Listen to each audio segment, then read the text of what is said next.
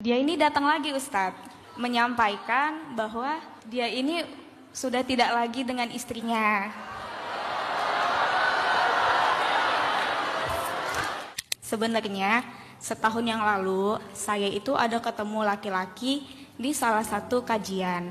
Lalu saya tertarik Ustadz sama dia. Kemudian saya mencari tahu Ustadz, ternyata dia udah menikah.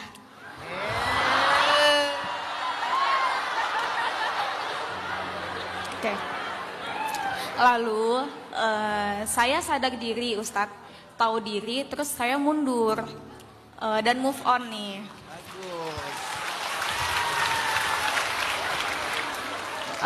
Saya tuh belajar Ustadz bahwa oh ini takdir nih, jadi kayak nggak mungkin bersama lah gitu kan. Saya menjalani hidup, terus setahun kemudian dia ini datang lagi Ustadz, menyampaikan bahwa dia ini sudah tidak lagi dengan istrinya.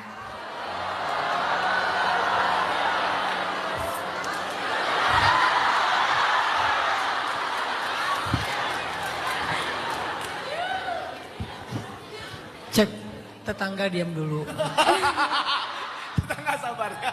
Sabar ya. Kemudian netizen. kita dengar dulu ceritanya, oke? Lalu saya tergerak Ustadz untuk dekat lagi karena saya emang sesuka itu Ustadz sama dia. Dan kebetulan dia itu adalah spek yang selalu saya doakan gitu ya. Terus Ustadz, tapi saya nggak yakin Ustadz dengan statusnya saat ini karena masih tergolong baru. Terus saya cari tahu Ustadz, saya cari tahu lewat teman dekatnya. Tapi terlalu sulit Ustadz untuk mendapatkan informasi itu.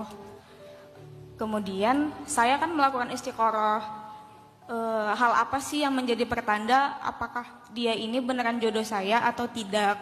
Karena balik lagi saya tuh emang sesuka itu dan saya pikir dia cocok jadi imam gitu kan Ustadz. Cuman terhalang karena belum yakin, karena saya takut dia itu bohong dengan status dia. Nah satu sisi Ustadz, saya selalu berpikir nggak mungkin tanpa alasan Allah itu pertemukan lagi. Tapi apa ya maksud Allah gitu kan. Padahal setahun yang lalu tuh saya udah belajar terima takdir. Lalu Ustadz, apa yang harus saya lakukan selain sholat istiqoroh? Dan apakah saya tetap melanjutkan istiqoroh saya atau langsung saya cut off aja? Jujur saya bingung sih Ustadz. Untuk dapat informasi juga, saya juga baru tahu bahwa dia itu ternyata ada calon Ustadz. Jadi kayak saya bingung gitu, maksudnya kayak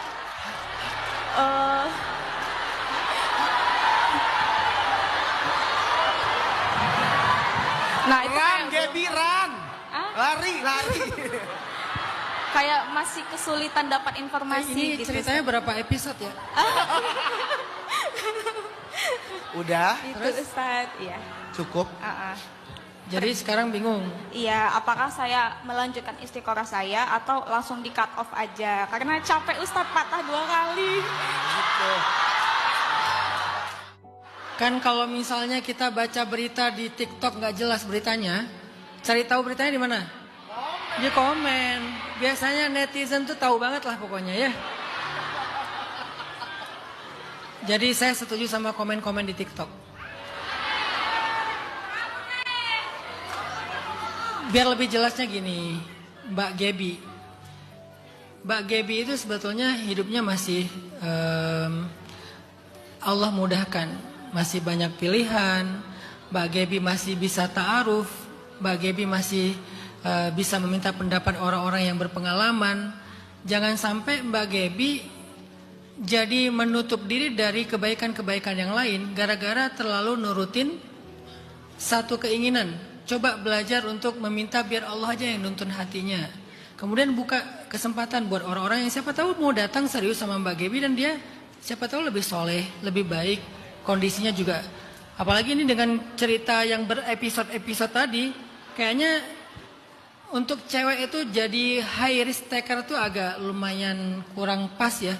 Jadi jangan terlalu high risk taker lah. Urusan jodoh ini harus sangat safety player supaya jadi maslahat juga. Tapi saya nggak ngasih saran apapun. Kalau mau melakukan sebuah pilihan, kata para ulama lakukanlah 3 hal. Pertama, istikharah. Kedua, istisyarah. Tiga, istifta. Istikharah, istisyarah, istifta. Apa itu istikharah? Meminta pendapat Allah. Apa itu istisyarah? Meminta pendapat orang yang berpengalaman, keluarga, orang tua, orang bijak, guru. Apa itu istifta? Meminta fatwa ulama. Mungkin Mbak Gebi udah melakukan istikharah, dan istikharah pun gak bisa sekali kan? Bisa berpuluh-puluh kali.